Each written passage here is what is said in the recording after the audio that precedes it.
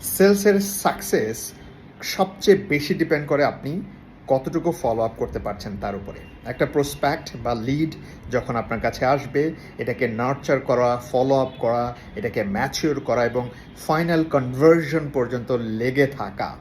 তবে এই ফলো আপের ক্ষেত্রে একটা জিনিস মাথায় রাখতে হবে আপনাকে।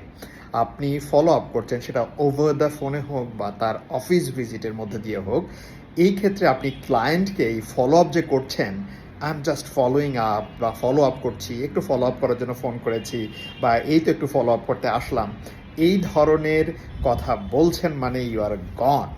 এটাতে মনে হবে আপনি ওই মেসেজটি দিচ্ছেন ক্লায়েন্টকে যে আপনি desperate to sell your product or services.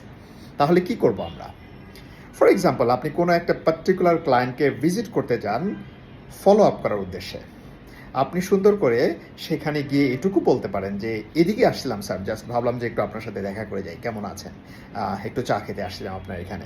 বা ওভার দ্য কল বলতে পারেন যে, "এই এদিকে আসছি, আপনি অ্যাভেলেবল আছেন কিনা? তাহলে একটু জাস্ট আপনার সাথে হাই হ্যালো বলে যেতাম।" সো দিস ইজ হাউ আপনি কনভারসেশন স্টার্ট করবেন এবং ডিগ ডাউন করবেন, ভেতরে ঢুকবেন।